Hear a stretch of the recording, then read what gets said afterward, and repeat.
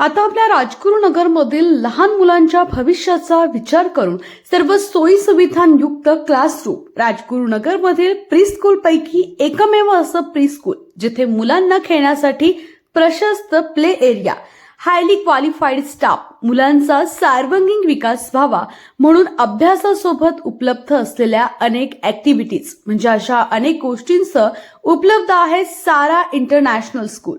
त्यामुळे आता आपल्या मुलांचा विकास होणार फक्त सारा इंटरनॅशनल स्कूलमध्ये. तर आजच आपल्या मुलाला किंवा मुलीला play group, nursery, junior KG आणि सिनियर केजी मध्ये प्रवेश घ्या.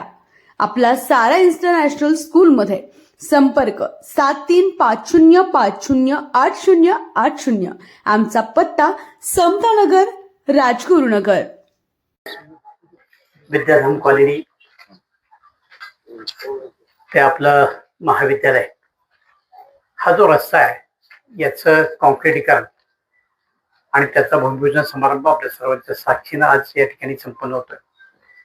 कार्यक्रमाच्या निमित्तानं उपस्थित उपनगराध्यक्षा राक्षताई, ज्येष्ठ नेते अशोक शेठ खंडेपरार, जिल्हा परिषद सदस्य समीर सुपे, विरोधी पक्षनेते प्रकाश शेठ भुजबळ, गटनेते साहेबराव कड, शहराचे अध्यक्ष रामशेठ गोरे, कार्यक्रमाच्या निमित्तानं उपस्थित असले ज्येष्ठ नेते अनिल शेठ देशमुख, त्याचबरोबर अंकल आगरकर, सर्व नगरसेविका, या ठिकाणी उपस्थित सर्वच मान्यवर, आमच्या शहराच्या तालुक्याच्या अध्यक्ष संध्याताई जाधव, ज्यांना आपण या ठिकाणी नगराध्यक्ष पदाची उमेदवारी दिली त्या वाडेकरताई, सगळ्या नगरसेविकांना नावं घेतली पाहिजेत. काय पत्रकार मित्र, खरं म्हणजे आजचा प्रसंग हा यायला नको होता.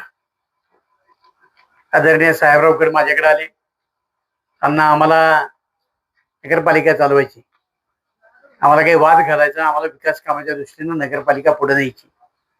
एक गोष्ट आमची आहे तेवढी तुम्ही आम्हाला फक्त सहकार्य करा. ते म्हणले काय?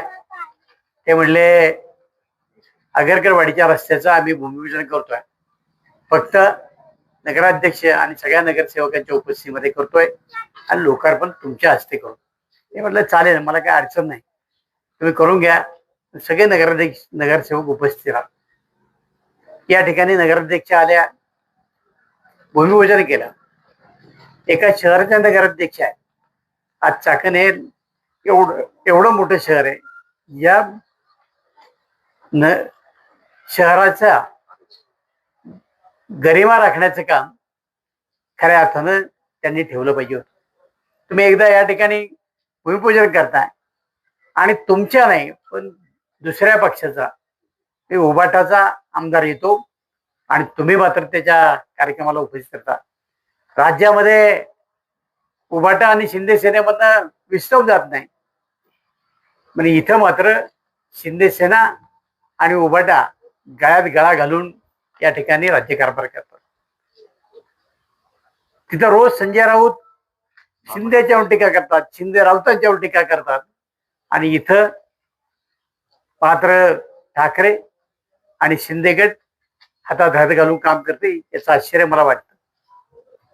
मी आपला एकमेव नगरसेवक या चाकण शहरामध्ये निवडून येतो, त्या चाकण शहरामध्ये आपलं अस्तित्व शून्य आहे आणि निर्लज्जपणाने सांगायचं की माझ्यावर त्यांचे उपकार होते म्हणून मी या ठिकाणी माणसं उभी नाही केली. कार्यकर्ते वाऱ्यावर सोडायचे, त्यांच्या अपेक्षांना मुठपाती द्यायची.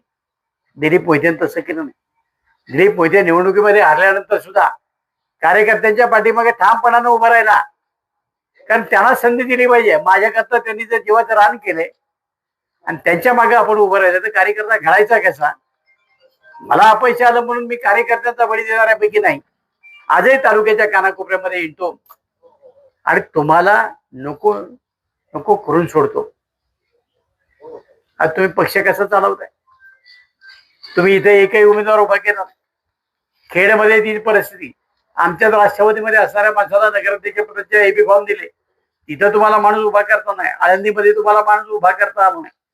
इतकी दयनीय वाईट तुमच्या वाईट अवस्था आहे. आणि तुम्ही मला सांगताय घरी बसा. तुम्हाला घरी बसायची वेळ दिलीप मोहितेनं आणली. आज तुम्ही काय बोललं पाहिजे? तुम्ही राज्याच्या तिजोरीमधनं किती पैसे तालुक्याच्या विकासाकरता आणले, किती कामं केली हे एकदा पत्रकार परिषद घेऊन सांगा. डीपीडीसी मधनं किती पैसे आले ते एकदा सांगा. काय काय काम केलं, या तालुक्यामध्ये किती पूल तुम्ही बांधताय ते एकदा सांगा. तुम्ही ह्या कुठल्याच गोष्टी सांगत नाही, किरकोळ किरकोळ गोष्टी. खरं म्हणजे एक रुटीन असतं. दरवर्षी प्रत्येक डीपीडीसीच्या बजेटमध्ये MSCBला प्रत्येक तालुक्याकरता बजेट दिलं पाहिजे. हे एक प्रथा आहे. आतापर्यंत शेकडो कोटी रुपये डीपीडीसीच्या माध्यमातून MSCBला दिले. कोणी त्याची जाहिरात केली नाही, कारण ती रोजची गरज आहे. विजेशिवाय चालत नाही. एखादा ट्रान्सफॉर्मर गेला तर काय वाट बघत नाही. वर्षाचं बजेट आम्ही दिलं असतं. हे एखादा ट्रान्सफॉर्मर बसवला तर त्याच्या उद्घाटनाला जातात.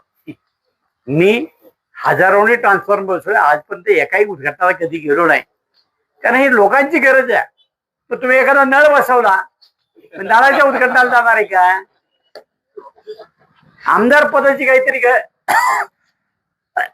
गरीब असे पार घालवली, कारण हे मुळात कॉन्ट्रॅक्टर हे टेंडर क्लार्ककडे जाऊन असतात. हे काम मला दे, ते काम मला दे. अजून ते गेलंच नाही ना. माझ्या मुलाला मिळाली पाहिजे. आज तालुक्यामध्ये काय परिस्थिती आहे?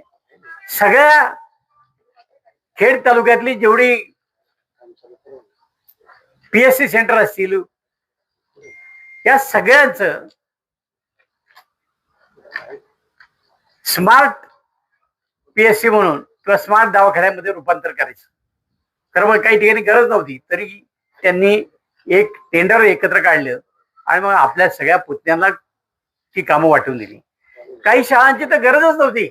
त्या शाळांच्या कारण नसताना दरवाजे तोडले, फरशी तोडली, परत नव्यानं बसवली. मग तुम्ही एक मोठा कॉन्ट्रॅक्टर एवढ्या करता दिला की त्या कॉन्ट्रॅक्टरनी चांगल्या क्वालिटीचं काम करावं.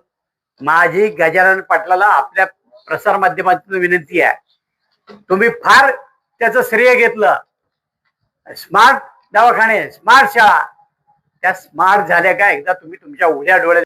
तुमच्या मनपसंत खरेदीला आता आमच्या संगम कलेक्शनची कपड्यांची जोड. जर तुमचे आवडते कपडे आता फक्त संगम कलेक्शन मधूनच खरेदी होणार, तर त्वरा करा आणि आपल्या सर्वोत्तम खरेदी करा संगम कलेक्शन मधून. तर आता चॉईस तुमची, तर कपडे आमच्या दुकानातून.